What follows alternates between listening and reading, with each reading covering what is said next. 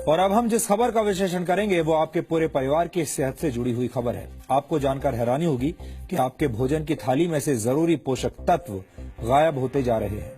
यानी आप जो खाना खा रहे हैं उससे आपका पेट तो भर सकता है, लेकिन पोषण नहीं हो सकता। नेशनल इंस्टीट्यूट ऑफ न्यूट्रिशन ने इसी वर्ष एक फूड कॉम्पोजिशन टेबल तैयार किया है, जिसके आधार पर इंडियन डायटिक एसोसिएशन यानी आईडीए ने भारतीय थाली से जुड़ा एक रिसर्च किया। इस रिसर्च के मुताबिक पिछले 30 वर्षों से भारतीय भोजन की ताकत और उसके पोषक तत्व लगातार कम हो रहे हैं। आपने अक्सर बड़े बुजुर्गों को ये कहते हुए सुना होगा कि पुराने जमाने में भोजन की बात ही कुछ और हुआ करती थी। हर चीज शुद्ध होती थी और आपका खाना शरीर को लगता था।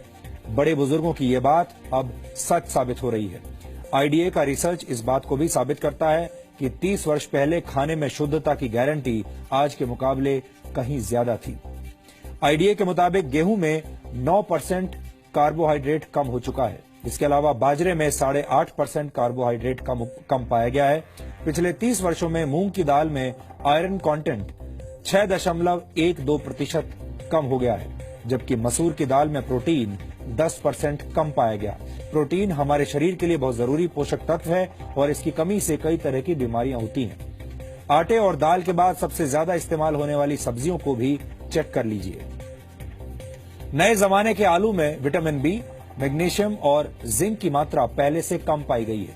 टमाटर में विटामिन बी, आयरन और जिंक की मात्रा में 66 से 73% तक की कमी देखी गई।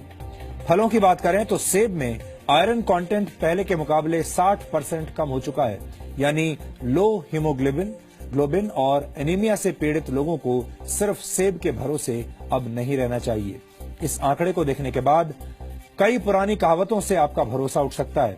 अक्सर कहा जाता है an apple a day keeps the doctor away, यानी एक सेब हर रोज खाने से आप स्वस्थ रहते हैं और डॉक्टर से दूर रहते हैं। लेकिन इस दौर में ये कहावत भरोसा करने लायक नहीं रही, क्योंकि सेब के अंदर पोषक तत्व अब कम हो चुके हैं। आईडीए ने इस रिसर्च को तैयार करने में नेशनल इंस्टीट्यूट ऑफ न्यूट्रिशन के फूड कॉम्पोजिशन टेबल का इस्तेमाल किया है। एनआईएन ने 528 तरह के खाद्य पदार्थों में मौजूद 151 पोषक तत्वों की जांच की है। इस इंस्टीट्यूट ने 30 साल पहले भी एक फूड कॉम्पोजिशन टेबल तैयार किया था और उस समय के खाद्य पदार्थों में न्यूट्रिशनल वैल्यू आज की तुलना में काफी ज्यादा थी।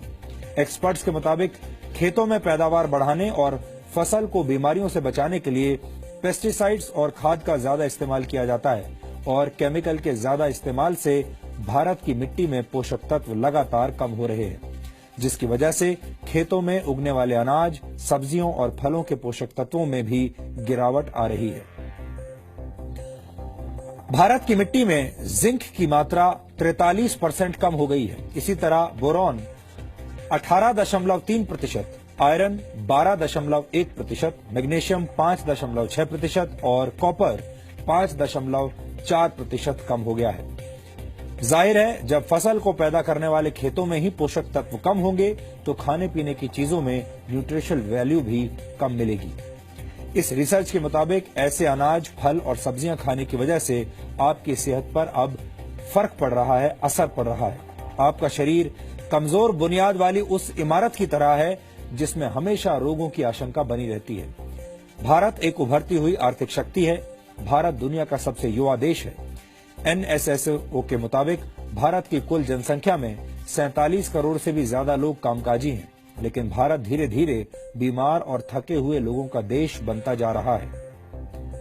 दिसंबर 2015 में आई द लैंसेट की एक रिपोर्ट के मुताबिक सेहत के मामले में 5 ब्रिक्स देशों में भारत सबसे नीचे है। ब्रिक्स देशों में भारत के अलावा ब्राजील, रशिया, चीन और साउथ अफ्रीका शामिल है। 2013 में पूरी दुनिया में बीमार लोगों की कुल संख्या में से 20% भारतीय थे। भारत में इस वक्त 7 करोड़ लोग डायबिटीज के शिकार हैं और डायबिटीज के मरीजों की संख्या के मामले में भारत चीन के बाद दूसरे नंबर पर है। वर्ल्ड कांग्रेस ऑफ कार्डियोलॉजी के मुताबिक सन 2020 तक भारत में होने वाली 40% मौतें दिल से संबंधित बीमारियों की वजह से होंगी। भारत में हर 10 में से एक व्यक्ति किडनी की बीमारी से पीड़ित है और ज्यादातर लोगों को इसका पता तब चलता है जब उनकी किडनी 60% तक बेकार हो चुकी होती है। ये सारी बातें सुनकर आप चिंतित जरूर हो रहे होंगे।